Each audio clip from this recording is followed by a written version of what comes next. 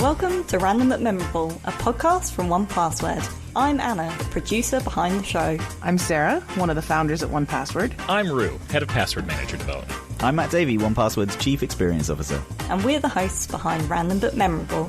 Together we offer up bi-weekly security advice, interview special guests from the cybersecurity community, and round up the latest security news in Watchtower Weekly. We may even play a silly game or two. So sit back and enjoy the show. We're meeting each other in December, which I'm very excited about. I cannot wait so that you and I can get in a car and drive 7 hours to a national park. We're not driving for 7 hours. To drive one end of the country here to the other is 7 hours. I'm not sure I've ever driven for 7 hours. The Matt and Roo road trip.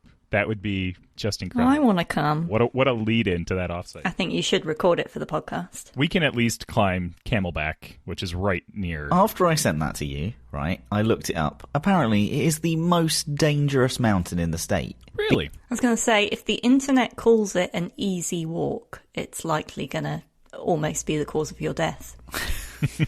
Very true. First picture on the link that I just sent, that looks intense. Just that very first image. Oh my word. I think you could put Matt in some yoga gear. Get him doing a few stretches. I did yoga the other day and it nearly killed me. No, I think what we should do is take a pair of those like yoga shorts that seems to be in every one of these pictures. We'll get to the top. I'll get one of those like big robe towels. You can change into the shorts there. Yeah. And then stand on one of these rocks. I think I have the physique for it, I think is what you're saying. And I agree. It's not something out of the ordinary for us, right? Because the last time I came to, I think it was, I came near you, we posed in the middle of the road for that shot. Oh, yes. Still one of my favorites. With me one leg up, laying on the floor in a pose. You're painting a wonderful picture right now. Yeah. I don't know where it is. I don't have it that I know of. I need to see this photo. I don't know where it is now. I really don't. I don't remember why that pose. There was something, wasn't it? Okay, I remember what it was. We had a coworker whose wife, he had a photo of his wife on a road in that exact position, sort of like sitting on the road, one leg straight out, the other leg bent at the knee, leaning back on one hand, face up to the sun. It was like a proper influencer shot. It was an influencer shot. It was really well done. It was... Can you just stop talking about this photo and actually send it to me? I don't know where it is. We're talking like... Yeah, I don't know where it is either. We're talking more than 5 years ago, I think. And so that's what happened. We took that picture, we printed it out, we replaced the picture of his spouse in the frame and left it on his desk. That's what we did. That's why now I remember.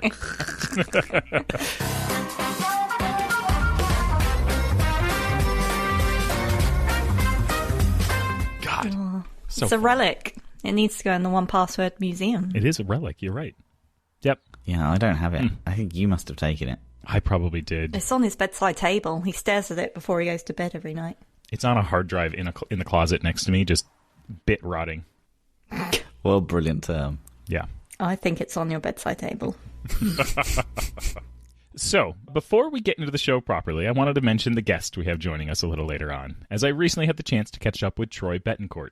Troy is global partner at IBM and head of IBM X-Force, and we got to break down IBM's industry-leading cost of a data breach report in great detail. It's an eye-opening chat where Troy reveals the true cost of data breach for businesses and corporations, both from a financial standpoint and a privacy and security perspective, so stay tuned for that. Very nice. Oh my god, I found it. Oh, you did? The photo. I have found it. Do you know when that photo was? 2000? It was 2017. Vintage. Okay, all right. Can you drop it, please, into the host channel? Okay, I'm getting there. You gotta drop it in here. Gotta drop it in here, man. You gotta just drop it in, man. Oh my god. I don't think so. Oh, yes. This is the meat and potatoes. Oh. I can't believe I put that back in Slack. God. Don't worry, it's only going to live for 90 days. God, it's just the best. I was expecting a more sultry look on your face, Matt. It was hot and bright. It was hot. You look quite happy to be in the middle of the road where you could be hit by a car. We were safe about it. We had to do. I do remember us having to move a couple of times and not quite getting the shot in time. So maybe from the vault this week, is just the photo of Matt. We've unlocked this photo of Matt in the I vault. have a million photos of Arizona. It's right there. Some ancient 1Password history. Yep. Very nice. So, from the vault maybe, Collide launched these mobile checks, which I thought were quite cool. So, essentially, it is self-remediation for devices that are not under MDM. So, if you don't have a device under MDM, essentially, it is a rogue device.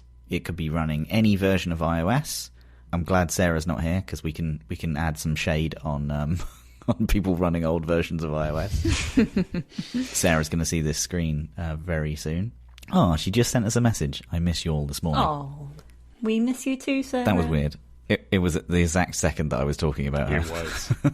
Her ears were burning. So, essentially, if you don't want your staff using a particular app on a jailbroken device, for example, you can do a device check for that and basically say, for you to access this piece of software, we need to ensure that your device is not jailbroken or rooted. And I think that's great. I think there's a bunch of security benefits to doing so. And it's also self-remediation as well. So it's not like just an alert that pops up on your phone and is like, hey, so you can't do this right now and we're going to have to get back to you. It is, hey, go and turn this off or fix this and then you'll be okay. And Wow. Some of the checks are Android can require a lock screen, iOS can require a lock screen, and you can set version dates as well. And of course, like, is the device jailbroken or not? There's a bunch of other kind of checks that you can do, but yeah, I think these are really good. Nice. It's great. That is the only thing that I have from the vault this week. In the vault. Do you know what's creepy? Every time Roo says wow now, I just think he's AI Roo. That's awesome.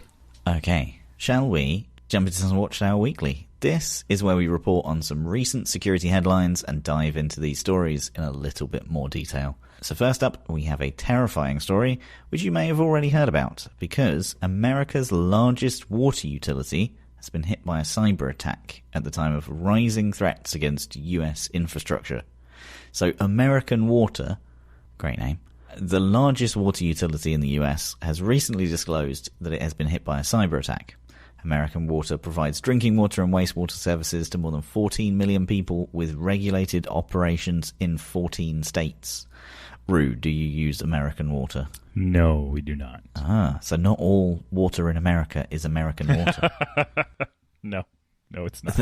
The company said in a statement on its website that it had learned of unauthorized activity in our computer networks and systems in early October, which it determined to be the result of a cyber security incident.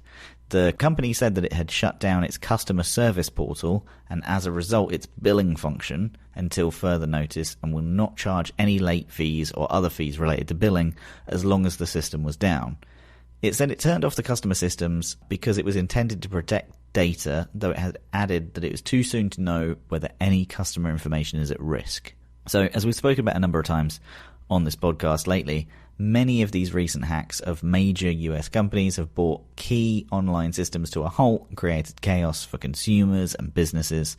Not too long ago, we had the hack of United Health, which led to nationwide difficulty among patients needing filling prescriptions and healthcare professionals needing to be paid for services. We've seen that targeting US water infrastructure in particular, and increasing with some of the attacks linked to geopolitical rivals of the US. Taking out critical national infrastructure has become a top priority for foreign-linked cybercriminals.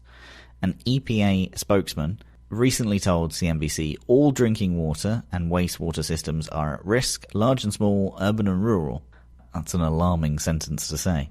Without quantifying an exact number, the EPA said some have alarming cybersecurity vulnerabilities. Default passwords have not been updated, vulnerable single login setups, and former employees who had retained systems access. Some real rookie stuff there. So Adam Isles, head of security for practice of the Chertoff Group, recently told CNBC water is among the least mature in terms of security. The FBI warned Congress in February that Chinese hackers had penetrated deeply into the United States cyber infrastructure in an attempt to cause damage targeting water treatment plants, the electrical grid, transportation systems, and other critical infrastructure. American Water said it remains early in the investigation and currently believes that no water or wastewater facilities or operations have been impacted and water remains safe to drink. Well, that is terrifying, especially the assessment of kind of them as a company. It's basically like they have not taken cybersecurity seriously. Yeah, that's not a good look. And also, I will always find it terrible when infrastructure is hit from a cyber attack point of view. I think that's just rough. Yeah, I know we talk about this on the podcast a lot, but whenever infrastructure's involved, it feels like some sort of dystopian movie. 20 years ago, we would watch this movie and it would feel in the way distant future, but now stuff like this is actually happening. Very true. Yeah. So, do either of you have a printer? Oh, right by my knees, actually, as I record this show. Yeah. It's an HP. It's a color laser. Ooh. I do have a printer, but I'd love to find a printer that actually works and does what you want it to. Oh, get a black and white, small little tiny laser. Yeah, they last forever. All of the issues start with color inkjet. Yes. Yes, and just anything that connects via Bluetooth. Yep. I've got a printer currently that just eats paper. It just, in order to print one sheet, it will take in like 3 at a time, and it's just irritating. Ugh. So, the change in how we work and kind of the things about working remotely and all of these have basically exposed new vulnerabilities and made printers a much bigger target, because essentially you're using home printers on your home network, and some of them can be a way to kind of navigate your network and getting to your work computer that's there. So this post is basically covering how the shift to hybrid work models has exposed these vulnerabilities in corporate print infrastructure, which is a really odd sentence, and heightened security risks at many organizations. So this is from Dark Reading. It's a really great post. So these risks include employees using insecure and unmanaged printers. Of course your printer at home is going to be unmanaged. Remote workers sending print jobs over public networks, inadequate user authentication, and print job release processes, exposing local spools, caches, and inconsistent patching practices. There we go. Either of your printers, are they connected to the network? They are, yes. They are, yeah. Mine is. Oh. Mine is not. But it isn't through any sort of like, oh, I should definitely, not connect things to the network that don't need to be. It is because it was one of those little move up, move down dials on it. And my password is so long for the Wi-Fi that I was like, I can't be bothered to do this. And, the thing that you scan didn't work. So I agree that printers are terrible, basically. Yeah. So it would seem that a relatively low but steady volume of printer-related vulnerabilities have kind of exacerbated these issues. Recent examples of Windows vulnerabilities includes a remote code execution vulnerability in the Windows or Line printer daemon and a Windows printer spool elevation of privilege vulnerability. These threats are not Windows-specific, though. Recently, researchers discovered a set of potentially severe flaws in the Common Unix Printing System, CUPS, a legacy protocol used in Linux and Unix. CUPS. It's been around forever. So attackers, including nation-state actors, have sometimes abused printer software vulnerabilities to substantial effect in their campaigns. So it's no surprise that these trends have driven an increase in print-related data breaches. A recent study that Quocirca, that's not going to score highly on my name chart, Nope. conducted and found that 67% of respondents experienced a printer-related security incident in 2024. Small and mid-sized organizations fared worse, with 3/4, 74%, reporting a printer-related data loss incident. I'm sure they're not talking about like it printed out and just dropped behind the cabinet. I'm sure it's something else. So, 33% also pointed to unmanaged, employee-owned printers as a major security concern. 29% identified vulnerabilities in office printing environments as presenting a major risk. More than a quarter identified their biggest printer-related security challenge as protecting sensitive and confidential information. So, don't print it out. Casey Ellis, the founder of BugCrowd, said the takeaway for organizations is that print security needs to be a priority for decision makers. Printer and print servers are an excellent place to establish persistence and gain business intelligence on a target. Unfortunately, many organizations might be underestimating the risks or overlooking them altogether. And the shift to cloud hybrid print environments have made printer infrastructure even more of an invisible issue. Casey Ellis also notes, let's be real, the list of people who spend their days thinking about or even interacting with printers is a pretty small one. If your vulnerability management process allows out of sight, out of mind to dictate priority, it's easy to miss. The main takeaway is a general one, Ellis says. Organizations need to remain diligent about their asset inventory and overall attack surface and ensure that they have a process for evaluating the risk. The legacy nature of printer services environments is another issue because vulnerabilities can sometimes exist on them undetected for years. Often these printer environments lack the kind of monitoring tools that are available on other endpoint systems, making them a big target. And I think also, how many times have you actually updated that printer? Ooh. Like, trying to get software to these things is ridiculous too. Yeah, I don't know when the last time was I did. No, I don't think I ever have. So often, flaws are introduced into organizations' print infrastructure because print services are on by default and administrators are not aware of this, says Tom Boyer, the director of security at Automox. He notes, this means that the risk will go unseen for years and adversaries may use that to their advantage. They know often more about the target environment than the company themselves. This is an interesting one because it's not an easy solve. You know, we've got 1,400 people that all work from their own home. I'm sure a lot of them have printers. That's not like an IT person can just go, hey, throw it out the window. I was going to say, would kicking it help? Kicking never helps. I dropped one of those laser ink cartridges once. And I wouldn't kick it. I mean, sometimes it fixes the issue. I don't know about these security vulnerabilities. No, it would hurt. I think the advice here is just turn it off. Don't kick your printer. and don't kick your printer, yeah. It is fascinating, though, the change in how we work. This might have been a problem before, but it probably wasn't on a large surface. It's like IoT, but like an IoT device that everybody has and is familiar with. People can have pretty old and ancient printers as well that probably run all sorts of awful software. Very true. So, this next one, hackers take control of robot vacuums in multiple cities. I know it's not funny, but also all I can picture is just people's apartments being even cleaner than they possibly thought they could be. Yeah. Yeah, there could have been an upside to this. In my head, I read the headline and was like, what's really like the worst that they could do? And then I read the rest of the article and I was like, oh, humans are awful. Yeah. Yes, correct. So, robot vacuums in multiple US cities were hacked in the space of a few days, with the attacker physically controlling them and yelling obscenities through their onboard speakers. So there you go, some random robot running around your house yelling insults at you. Oh, yeah. The affected robots were all Chinese-made EvoVax D-Bots X2S. The exact model that the ABC were able to hack into as proof of a critical security flaw. Minnesota lawyer Daniel Swenson was watching TV when his robot started to malfunction. It sounded like a broken up radio signal or something, he told the ABC. You could hear snippets of maybe a voice. Oh, that's even more terrifying than it working perfectly, isn't it? Oh, it's so creepy. That's awful. Yeah. Through the EVAX app, he saw that a stranger was accessing its live camera feed, and remote control feature.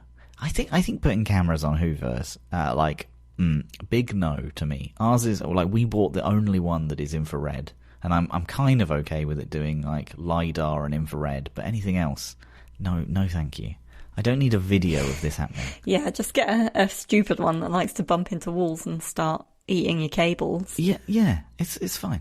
Anyway, so, dismissing it as some kind of glitch, Daniel reset his password, rebooted the robot, and sat back down on the couch beside his wife and 13-year-old son. Almost straight away, it began to move again. This time, there was no ambiguity of what was coming out of the speaker. A voice was yelling obscenities, loud and clear, right in front of his son. Daniel Swenson said, I got the impression it was a kid, maybe a teenager speaking. Maybe they were just jumping off from device to device, messing with families. The second time, he turned it off. Despite the slurs, Mr. Swenson was glad that the hackers had announced their presence so loudly, because it would have been worse, he said, if they had decided to quietly observe his family inside their home. I completely agree with that. The EcoVax X2 has a remote control feature that allows access to the device's camera. They could have peered through the robot's camera and in my head, it's just peering round the corner, just paused, just looking at people. Oh. Like Wall-E, yeah. Oof. I set mine to go off at 2 a.m, and if it goes off any other time, it would be very alarming. So this thing could have peered through his robot's camera and listened through the microphone. Why does it have a microphone?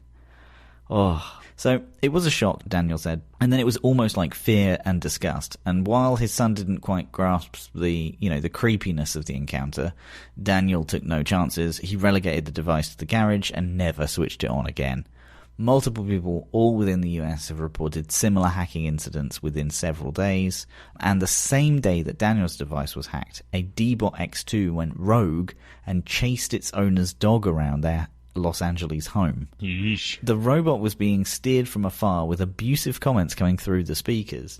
So it is unclear how many of the company's devices were hacked in total. 6 months earlier, security researchers had attempted to notify EvoVax of a significant security flaw in its robot vacuums and the app that controls them. The most severe flaw was found in the Bluetooth connector, which allowed it complete access to the EvoVax X2 from over 100 meters away. The pin code system protecting the robot's video feed and the remote control feature was also known to be faulty, and the warning sound that is meant to play when the camera is being watched was able to be disabled from afar. These security issues could explain how hackers took control of multiple robots in separate locations and how they could have silently surveilled their victims once they'd gotten in. EcoVax said it would issue a security upgrade for owners of its X2 series in November. I do not like that one at all. Nope. And I think if you own an EvoVac, honestly, I would not wait until November. Put that thing in the bin. Oh, yeah, I would just be terrified if this happened to me. Like, imagine if you were watching a horror movie and this thing just decided to go off on its own. I mean, you would hear it coming. It would just be round the corner. I don't know what my impression of was there. Mine doesn't have a trumpet attached. That was purely optional. Yeah, it's got a camera, a microphone, and a trumpet. We stopped using ours long ago. First of all, it was like an old dumb one. Same. And also, it kept knocking into things, of course. Like, it bumps into things, but it was like moving. It would like hit a chair, and the chair would like scrape across the ground, and it would wake us up. And I was like, this is dumb. I'm not doing this anymore. Yeah, we actually had a D-Bot, but we found it just did a terrible job, so just got rid of it. Not needed. Yeah, not worth it. Right. Let's get straight into my chat with Troy Bettencourt. As I teased earlier, we get into the nitty-gritty of IBM's Cost of a Data Breach report. There are a bunch of interesting and unexpected figures and stats that we chat about and unpack from this year's report. So let's go ahead and drop it in here. Sitting down with me today is Troy Bettencourt. Troy is global partner at IBM and head of IBM X-Force. He has over a decade of supervisory experience in the field of digital forensics and incident response, as well as law enforcement and military spaces. Every year, IBM publishes an industry-leading Cost of a Data Breach report, and Troy is here today to talk about the 2024 report and dissect some of its important facts and findings. Troy, thank you so much for joining us today. Welcome to the show. Thank you very much for having me. I'm looking forward to chatting. Yeah, this is always a fun time of year. I love this report. I find it fascinating. I love that IBM does this. Before we get into it too much, do you want to give us a little bit of background on you and some of the work that you've done in IBM and in the field of cybersecurity? Certainly. So my career started about 20 years ago in cybersecurity in United States federal law enforcement. So I worked for an agency focused on cybercrime against U.S. government resources, mostly military, defense, etc. And there led some of the largest investigations we've had. The interest of not doxing myself, I won't drop any particular case names because we were targeted at sometimes by anonymous and other groups. So we'll try to stay off that radar. After about 9 years of federal cybercrime service across 2 different agencies, I moved into the private sector. with IBM for the last 2 years. Prior to that, with another security consultancy. My background is primarily on the incident response side, but my background is definitely on the blue side. I have really smart people on the red side. Been at IBM now 2 years. I took this role in March of this year as the head of X-Force. And as I mentioned, we're a security consultancy that pretty much brings the full spectrum of blue and red solutions. Yeah, so almost everyone's heard of IBM at this point. I'd be surprised if there's people who have not. But it's possible that people don't know about the types of work and research that IBM does in the security sector. Can you talk about that just a little bit more? Yeah, absolutely. It's a great question. And IBM is huge. We're over 400,000 employees, a lot of different divisions in focus. But at the top level, IBM is really focused on three main areas in which they plan to lead: artificial intelligence, quantum computing, and hybrid cloud. That's at the IBM level, and that filters down to all of us. Really, two areas where IBM's really had security-focused research that's impactful to everyone is first AI development. Some of those that might have a little gray or have been around a bit might remember when Big Blue beat Garry Kasparov at chess in the mid-90s. That was very early AI. IBM didn't divest from investments. They've continued investments over that time and really focused on secure and trusted AI solutions for business. AI itself, if you want to stitch ChatGPT or a similar offering onto something, is pretty easy, right? We've seen it in industry. We've seen it in academia. We've seen it in students in academia. All of that is easily done, but doing it in a secure manner, in a business-focused manner, requires a certain level of focus. And that's really where IBM is driving, especially because there's a study by the IBM Institute of Business Value, and they've determined that only 24% of Gen AI solutions right now are being secured. So if you think of what that means in the exposure, it's pretty massive. But then also quantum computing. IBM truly is recognized as a world leader in quantum computing. We've been doing it for quite some time. Recently, NIST just published 3 post-quantum encryption standards, sort of the next version. You've probably heard of the various RSA encryption and other encryption schemas. Those are all susceptible at some length from quantum computing attacks. So NIST has recently published 3 new post-quantum encryption standards. And evidence of IBM's contribution is that 2 of them were developed by IBM. And then the third one of the contributors or developer of that is now an IBM employee. So we really have a presence in the post-quantum computing security landscape. So those would be the 2 biggest. And then I could go on at length, but I don't think we have enough time. Yeah, that's really cool. I love the contributions to the post-quantum computing security space. Like, that's obviously pretty near and dear to our heart here at 1Password, keeping a close eye on those types of things. I want to divert slightly and ask, where did the name X-Force come from? And do you have T-shirts for it? And is it indeed as cool as it sounds? It's really cool. X-Force came from an acquisition of old ISS. If everyone remembers ISS, Atlanta-based company back in the day, IBM acquired them. And at the time, there was a small group of folks that came over from ISS, and typical dark room, bunch of people came up with an idea. And that's been the name. It's been really cool. You'll see out there that there's a Marvel Cinematic Universe play on that as well. So really messes up my Google alerts. We've had a really strong brand, especially on our offensive side. Our adversary simulation team is really considered either number 1 or at least top 3 of commercial offensive security teams in the world. So we're really proud of the brand. Nice. That's awesome. That's very cool.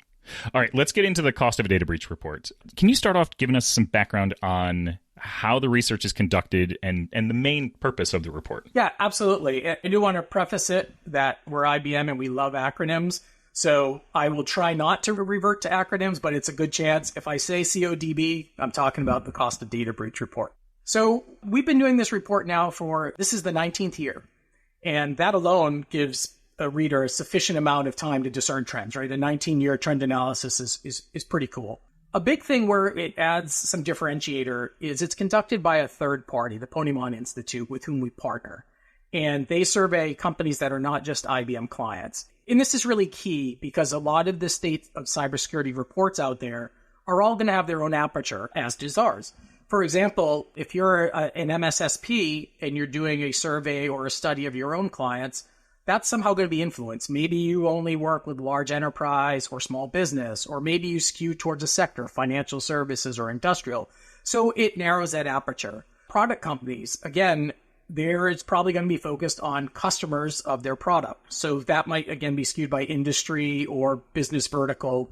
And then there are some that are more technical. We have our threat intel index we put out each year. They might come from a security services practice like IBM, provide a lot of great technical data, but again, influenced by the client base. We skew large enterprise, for example. And then other reports that come from non-security providers, like maybe cyber insurance, also really, really great data, but again, skewed with an aperture. So the CODB, we feel, adds a certain layer that isn't there in most reports, but I'm not saying it's better than any of the others. A smart security practitioner should be taking all of these reports, understanding where their data comes from, the methodology behind them, and then really tailoring all of that to really be something that's meaningful for them. Yeah, that's really cool. I love the focus on, as you said, like the aperture and then the scope of the report and understanding like who it's for and where people should be paying attention or how they should apply it. What are some of the most important findings? What's like your elevator list if you're in an elevator ride with someone to talk about this thing? 3 big ones. First, the impact of breaches is increasing. It's just continuing. And by impact, costs are part of it. This year was about a 10% year-over-year increase in cost. But the other is we've really started focusing on what's the business disruption, not just the cost itself, but the things that might be a little harder to really quantify. Some of it's qualitative or it's hard to get the hard numbers around it. 70% of the businesses that were surveyed this year reported significant disruption from their breach, and with recovery on average taking longer than 100 days. Wow. So if you start to think of that as normal impact to operations, when companies are starting to try to run lean operations, so they're staffing and resourcing right about to what their demand now is, and then you throw something like this on for 100 days of just overwhelming security teams, infrastructure teams, etc., it's pretty challenging. The next is the impact of AI-powered prevention. Right now, that's mostly in the form of security solutions that use AI. Think like EDR solutions, XDR solutions, SIEM, SOAR, that area. What that does is, on average, saves about $2.2 million on breach costs. And fundamentally, that comes down to what we refer to as mean time to identify or detect. How quick can you find out you're breached? And then mean time to respond or contain. How quickly can you get your hands around it and minimize future damage? If you can reduce those times, you reduce costs. And with the scale of telemetry nowadays, you need AI to do that. The human mind cannot digest the number of alerts coming out of any of these security solutions in a meaningful way.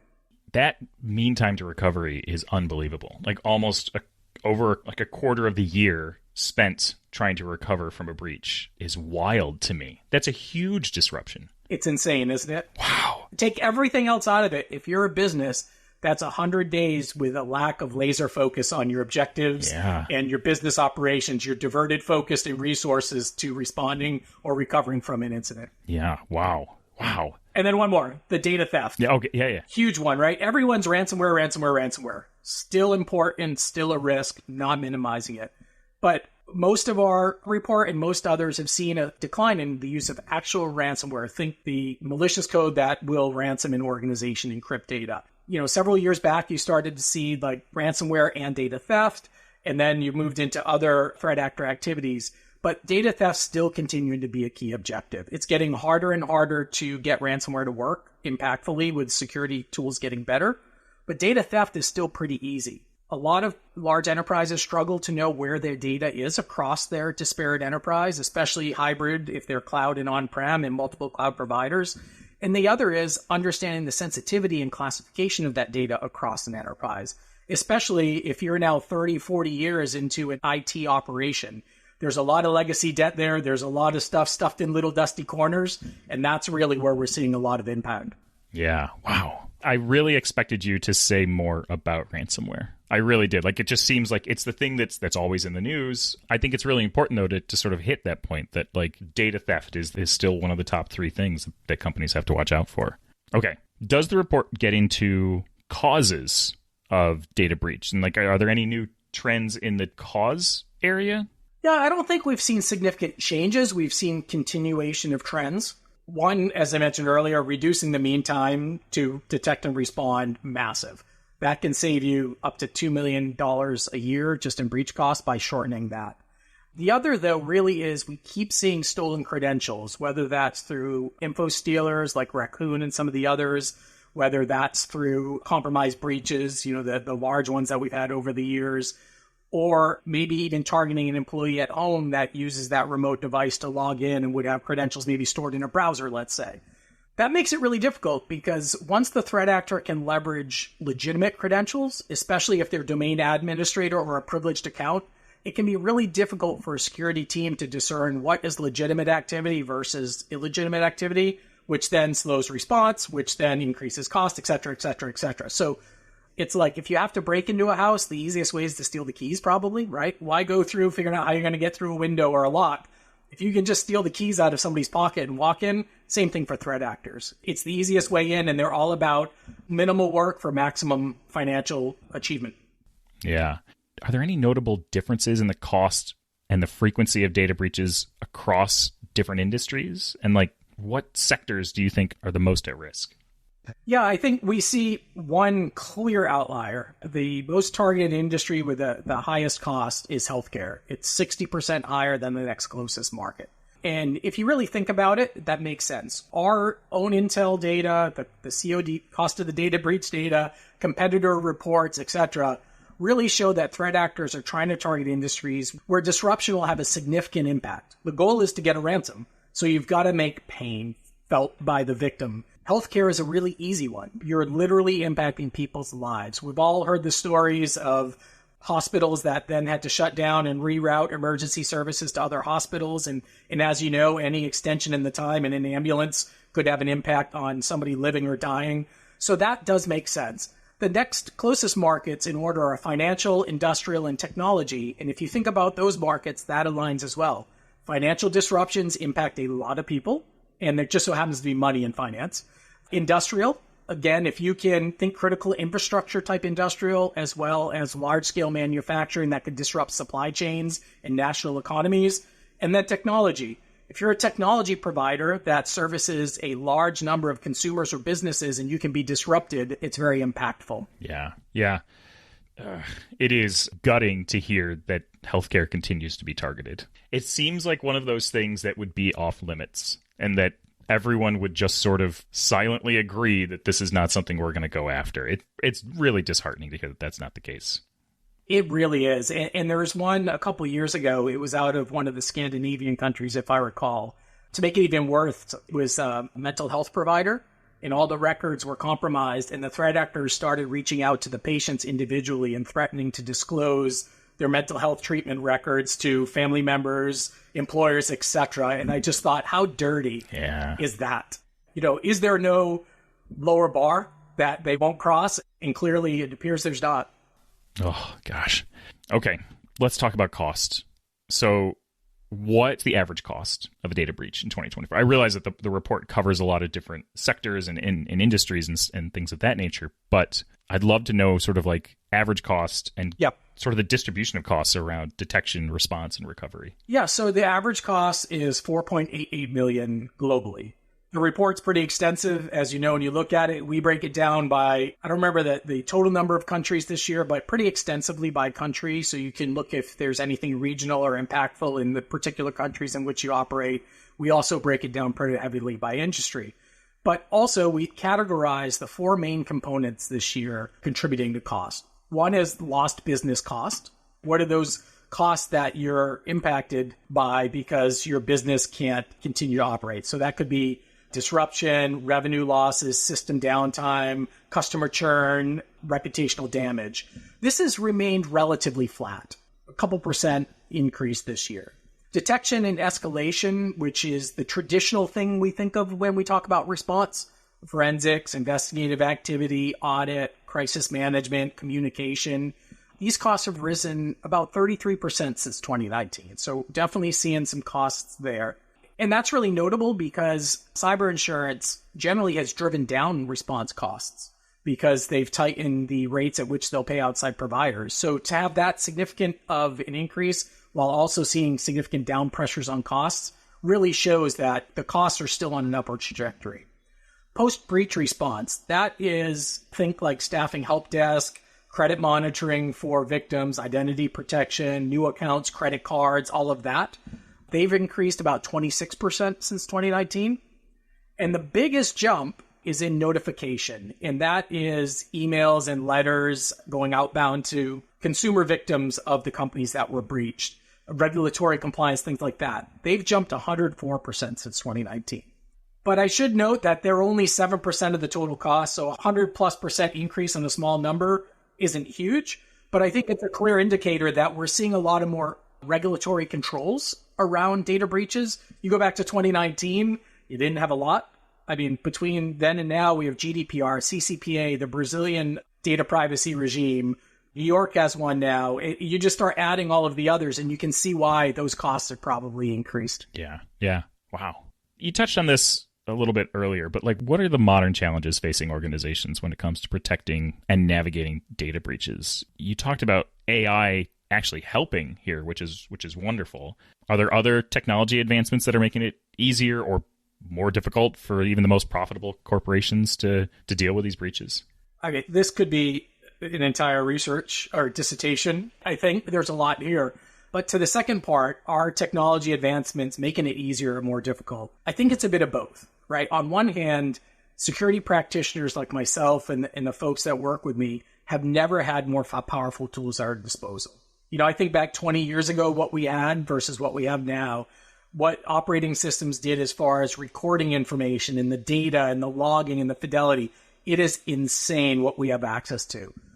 But that brings the other problem into now you have too much data. How do you do anything with it? And that's really where the technology adds that value. That's where AI and machine learning and building in automated processes really make us more powerful and doesn't weaken us. But on the other hand, from the defense perspective, environments have become a lot more complex. 20 years ago, maybe you had an Active Directory controller, maybe you used LDAP for authentication, local accounts. Everything was really an enclave. There was no, other than your firewall, there was no exposure to the internet, right? So you had a really defined, limited perimeter that you could secure. As we moved to cloud, we moved to other platforms, to SaaS, now all of a sudden, everywhere on the internet is now part of your threat exposure and you have to defend it. And if it's a shared responsibility with maybe a SaaS provider or a cloud platform provider, now there's obligations on the company to manage it as well as their partners. All of that adds tons and tons of complexity and makes it harder to defend. So I think it's a little bit of both. Overall, the trends have been relatively similar. Unfortunately, most are upward, but there's not anything that's been hugely groundbreaking. And I think the real big thing is people will talk about the three-legged stool, people, process, and technology. And often we focus so much on the technology because it is such a huge force multiplier for us. But underinvestments in the people or immature processes really can hinder the ability to leverage the potential of that technology. And I don't want us to lose focus on those areas as well. Yeah, I'm really glad that you brought that up because that has been a very common thread over a number of different folks that we've interviewed on the show talking about security and breaches and things like that, is that the human element is still a sort of like common denominator across all of these things that, like, as you said, if we don't invest there, it can undercut so many other investments in other aspects. And it's very easy to focus on the technology. It's very easy to go, oh my gosh, AI is going to fool everyone into thinking that their boss is calling them and that's going to divulge all the company's secrets. But you have to continue to help the people improve and treat that, as you said, as one very important leg of the three-legged stool. Yeah, an analogy I like to use is like an F1 race car. You can buy the technology of an F1 race car, but if you don't train the driver and you don't have processes around like the pit crew and communication, you're not going to maximize that investment. And same thing in the security space. You really have to make sure you're leveling your investment across those three pillars according to your business risk appetite. Yeah. All right, let's talk about some of the process part of the stool then. Like, what are some of the best practices for developing an effective incident response plan? Yeah, I would say don't start with the incident response plan. All right. And that might sound weird coming from someone with that background, but first, a business impact analysis. What is the most important things in your business? And what would it take to have a minimum viable business if you had an incident? So people might think, well, I'm a manufacturing company. Clearly, the manufacturing floor is most important. Maybe it is, maybe it isn't. Maybe you're not a just-in-time manufacturer and you have enough in a warehouse to manage through those blips and you want to focus more on the logistics side, the distribution. That might be important. You definitely want to focus on Active Directory. It may not be sexy or exciting, but without Active Directory, most modern, or whatever your identity solution is, most modern enterprises can't function at all. It all shuts down. How do you communicate with your regulators, your incident response team, your outside counsel, your clients? Because email is based upon that, right? So what does it take to keep the business running? So after you figure out your key impacts, what the minimum viable business is, where does your data sit? Where do your assets sit? And what are they? It's hard to defend if you don't know what you have to defend. That's really important. So once you have all of that, let's talk an incident response plan, right? Whether that's through NIST or others that businesses may want to align to, and they should use those previous parts as inputs. The other thing is to be careful about just downloading an off-the-shelf one or having AI generate one for you, because they should be tailored to your business. Again, the business impact analysis, minimal viable business. Once you have it, practice, practice, practice. In our industry, we say you have 2 times to do a crisis simulation exercise. One you choose, one the threat actor chooses. And it's much better if you get to choose the timing than they do. Yeah. And lastly, an executive focus. The impact of a phenomenal technical response can be squandered with poor executive decision making. And what I mean by that is not to cast dispersion as executives, but there's a lot of decisions that need to be made in these critical incidents. And it doesn't matter how good the technical response is if the decision making hasn't been exercised, people don't know their roles, they haven't been trained, and they may make wrong decisions. And there's plenty out there in the press, I won't drop names, where you can look at very similar breaches and one's considered a wonderful response and one's considered pretty bad. And the underlying technical response was pretty equal. It was the front end decisioning that was made. Yeah. When you talk about like executive training, does that even include things like how to respond to a ransomware attack, like whether or not to pay it, or like what the threshold is for paying out on something like that? Yeah, absolutely. So a little bit of a pitch here. Our cyber range function that I mentioned a little earlier, that's one of their primary focuses. They do focus on technical simulation, but really the bread and butter is we brought in over 17,000 clients, I think, in the last near decade to the cyber range in various functions, where we'll go through a simulated breach. It's almost always ransomware because that's what they ask for. And we go through everything from how does that escalate into the executive decision-making chain, public affairs, investor relations, regulatory compliance, law enforcement coordination, ransomware pay, do not pay, all of those things. Think of it as maybe a tabletop exercise on steroids. Lots of interaction. We have role players and actors involved, and we really try to bring a lot of pressure to make people realize what a real incident's like. Because again, better to train when you pick the training date than to exercise that when a threat actor picks it for you. Yeah, for sure. That's neat. That's really neat. Okay, we've been talking a lot about businesses and corporations. Is there any advice for families and individuals? Does the report apply to individuals in this way? I think at a high level, it's very tailored towards businesses, of course, because that's the surveyed group. But some of the things I talked about earlier for individuals, that as an individual, prioritize what's most important to you. Whatever that may be, it's probably going to be your children if you have children. It's probably going to be your finances, because most of us can't take a massive financial setback or an interruption in our income. And then from there, understand where that risk level is. You may really, really value your Instagram account. Maybe you use it for business or something. That should be included. Or if all you do is throw up some vacation photos and you don't care, deprioritize that and focus on some area you care. Know your assets and data. Where are you exposed? All those social media platforms. Do you use single sign-on? Do you say, yeah, I'll just authenticate with my Google account? Well, what does that mean in the end if your Google account is compromised, right? And that's hard for a lot of non-security focused individuals to understand those threads. And then fundamentals. For the most part, especially when you talk about individuals, we're opportunistic victims. We're not targets. Again, there are exceptions, but generally, we're not being targeted for who we are. We're being targeted because we're an easy mark. If you can just implement some base fundamentals using a password vault, for example, significantly reduces your threat exposure as an individual. Things like that. If you take those fundamental steps and just make it harder that they move on to somebody else, that might be enough as an individual. Yeah. That's really cool. That's good advice. Okay, this has been really fun. Let's bring it home. Let's land it. Can you talk about where folks can go to learn more about you, IBM, the cost of the data breach report, anything else? Yeah, so as I mentioned earlier, background in cybercrime law enforcement, foreign threat actors, etc. So LinkedIn is the way to get me. There's really not much in the way of social media otherwise. You got to keep a minimum profile. For IBM, tons of IBM websites. Start at IBM.com. But for the data breach, IBM.com/reports/data-breach will take you to the report. You can download it, really dig through. I really encourage everyone to start at the bottom, the methodology. Again, going back to that aperture, right? I don't want people to read through the report, make assumptions. It either never gets to the methodology or get there later. I think it's better to start there and then go to the top so you're in the right frame of mind to understand it. Yeah, very, very nice. Awesome. Troy, thank you so much for joining us today. This was a lot of fun. Absolutely. I appreciate it. And we'll talk to you again next year. Take care. Okay, I think it's time for Ask One Password, our advice segment where you can ask Roo anything. This is where we answer your questions, whether it be security related or you just need some random life advice. Today, we have a message from Jean, who writes, "Hey guys, I heard you talking about notebooklm.google on the last episode. I checked it out and it was amazed at how you could paste any text into it and it will generate an audio show. Deep diving."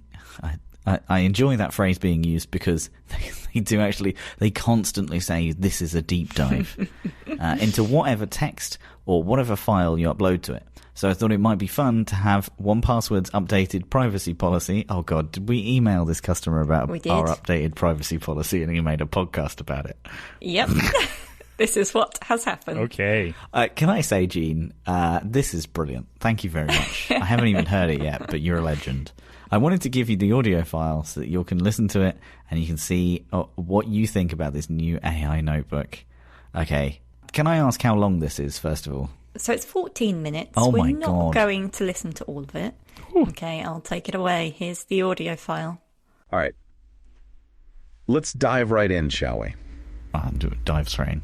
Today, we're tackling digital security, but not cracking codes or anything like that. We're talking about a tool you probably use every other day, your password manager. Yeah. More specifically, 1Password. Okay. You trust them with your most sensitive data, but what do their privacy promises actually look like? This is wild. Oh, this is wild. Well, that's exactly what we're unlocking in this deep dive. Yeah, absolutely. Deep dive. There you go. Ding, ding. It seems like every other day there's a new data breach, a new hack. It's always something in the news, right? It's constant, yeah. It's the main reason why using a password manager is so crucial these days. For sure. But it also kind of begs the question, right? Who's guarding the guards? Mm-hmm. How can we be really sure these tools are handling all our data responsibly? It's like that old saying, to catch a thief, you have to think like a thief. Yeah. But in this case, we're not trying to, catch a thief. We're just trying to understand one. I'm hooked. I am. Or at least understand the people who are protecting us from them. And 1Password, they're our subject for today. Yeah. They just updated their privacy notice. It went into effect October 15th, 2024. Okay. They're a Canadian company based out of Toronto. Right. Mm-hmm. And they claim this update makes all their privacy practices, crystal clear. Okay. Well, we're about to find out how clear it really is. So yeah. We combed through the legalese, all that jargon. All of it. And we're here to break it down for you. Yeah. No legal dictionary required. Exactly. Okay, can we stop this? I dislike this massively because they're actually doing quite a good job. I know! I'm so irritated. It's really good. I think we need to retire. Oh my God. It's engaging. There's no awkward silences. It's unbelievable. They actually probably read their show notes, unlike you two. Yeah. I don't appreciate it. I don't like it, and I also like it quite a bit. I don't like how much I was like, oh, this is really interesting. I wonder what they're going to say about us. Who cares? It's just an LLM. It's ones and zeros. God. I was hanging on to their opinion. But I don't know whether this thing actually makes any opinions, because all it has as information is the text document that you've given it, which our privacy policy does not come to a conclusion of whether it's a good privacy policy or not, which it is. It's brilliant. But and it's not written in the means of being entertainment, but more informative. So yeah. Whoa. Okay. Well, Jean, that was brilliant. Thank you very much. Thank you, Jean. So, we have a question from Diego, who this week asks, "Hey, Agony Aunt Roo. I'm a developer, and I'm always looking for tips on how I can use 1Password to work more securely. Wondering if you have any use cases that might help me. I mean, Diego, I'm assuming because you are a developer and you are a 1Password user and you're writing into the 1Password podcast that you are already using all of our developer tools in terms of signing commits and saving your SSH keys and all of these things. If you are not, totally should. It's fantastic. The other thing you can do is head over to developer.1password.com. We have a whole host of wonderful documentation and integrations that you can use to build securely with 1Password, and it's fantastic. So we have the 1Password CLI, which lets you script things. We have shell plugins. You can, depending on the type of development you're doing, you could actually integrate 1Password into your infrastructure. So if you have a CI/CD set up somewhere that you want to have secrets access in, you can do so with 1Password automatically and don't have to have secrets stored in the cloud. It's very, very good. We also have integrations with VS Code so that you don't have to have plain text secrets in your code anymore. You can actually use 1Password to have those secrets integrated and stored securely and only accessed when needed. So there's just a ton of stuff here. Those are my main recommendations of the things to use as a developer with 1Password. What a great answer. Thank you. So, if you have any questions or existential woes for Agony Aunt Roo, please send them to podcast@onepassword.com. Super easy. You can include your name or let us know if you would like to remain anonymous. Lovely. Yeah. Okay, shall we finish our show with some password panic? We should, and we should be quick about it because I have an interview in 7 minutes that I have to drop for. Okay, so let's take it away with the jingle. Password panic. Answer quick, recall the list, and only time will show how the competition in this edition of Password Panic will go. Welcome to Password Panic. This is everyone's favourite fast-paced memory testing trivia game. Wow. Say that 20 times fast. So here we have to answer a number of general knowledge questions to create one long password. But that's not all. When answering, Roo and Matt must recite and remember every correct answer from the round in order before adding the new answer to the list. As this long list grows, we will begin to create a complex password. Whichever host recalls the most correct answers is crowned the winner. And last week, everyone lost their minds with all the answers starting with the letter F. So, of course, we have another letter to torture ourselves with today. I did enjoy a good F word. Let's go. Okay, so what breakfast item is grid patterned and often topped with syrup? Ding. Pancake. No. No, what? Ding. Waffle. Yes, you are correct. Waffle. Grid patterned, Matt? I don't know what you people do with your waffles. You grid pattern your pancakes? You've lost already. If you put it in a griddle pan, you can. Well, that was it for Password Panic. I win today. Thank you so much. Sorry. I'm not taking that. It's not a pattern. Okay.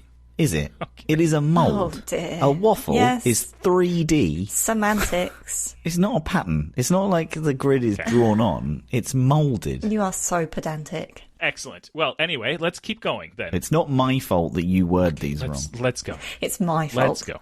Okay, number 2. What is the term for a person who reports misconduct or illegal activities within an organisation? Ding. Go for it, Roo. Waffle whistleblower. Very good. What term describes something amusingly odd or eccentric? Oh, ding. Go for it, Matt. A waffle, whistleblower, whimsy. That's not the word I'm looking for. Is it whimsical and we can just give it to him because it's a slightly different form? No, it's not. It's not. But it's also correct. What term describes something amusingly odd or eccentric? I mean, yeah, It's you have it. whimsical. Whimsy.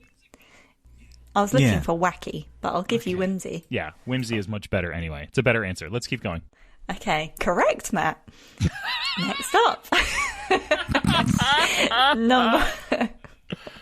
Number 4. Which large mammal is known as the largest animal on Earth? Ding. Roo. Waffle whistleblower. Whimsical Whale. Very good. Whale. Name the 80s English pop duo featuring George. Ding. Go for it, Matt. Waffle. Whistleblower. Oh, God. Oh, whimsical. Whale. Wham. Excellent. What verb means to move unsteadily from side to side? Ding. Waffle, whistleblower, whimsical, whale, wham, wobble. Oh, I like it. Very good. A wham wobble. Oh, wobble. I was like, sway starts with an S. Okay, name the 2023 film starring Timothée Chalamet as an iconic Roald Dahl children's character. Oh, ding. Go for it, Matt. Waffle. God. Whistleblower. Whimsy. Whale. Wham. Wobble. Wonka. I love the dramatic pauses you were leaving in between those. Oh, it's just my brain. Okay, next up. Which internet-based free encyclopedia can be edited by anyone worldwide? Ding. Ding. Oh, Matt just beat you there, Roo. Oh, here we go. I just did it. I literally just did it, and now my mind has gone blank. It's not pancake, it's the other one. Oh, waffle. Whistleblower. Whimsical. Whale. Wham. Wobble. Wonka. I forgot the question. It's Roo's typing putting you off. Am I typing? Huh. I mean, either that or you're playing a melody in your headphones. Sorry, I'm keeping a list of all the words. Go ahead. Oh, that's cheating. No, I'm kidding. I'm not actually doing that. Can I have the question again? Which internet-based free encyclopedia can be edited? Oh, Wikipedia. I mean, that There we go. is that cheating? I mean, Roo was writing them down. I feel like this game has got disorderly. I mean, that really is your fault, not ours. What playful term describes an overconfident young person? Ding. All right, this will be the last one, then I have to go. Waffle? Shoot. Darn it. Waffle, wibble, wobble, whale, whimsical, No. wham. No. Darn it. I don't know. I mean, you've said them all, but in the wrong order, so. I'm so sorry. I have to go. I have to go. I have an interview. Oh, Roo. Oh, I wanted someone to say whippersnapper. Oh, whippersnapper. Yeah, much better. All right. All right. Love you both. Love you both. Love you. Bye. Bye-bye. Thank you so much for tuning in this week. If you're enjoying the show, we'd love it if you could subscribe to the podcast on Apple Podcasts, Spotify, or wherever you listen to your podcasts. You can also leave us a rating or review. It's one of the best ways to support Random But Memorable, and we always love reading your feedback. We're also a community-led podcast, so if you have any questions for us, topics, requests, or even guests you want to hear from, please send us an email at podcast@onepassword.com. We read all your comments and look forward to hearing from you. We hope you join us in the next episode for plenty more random moments in the world of cybersecurity.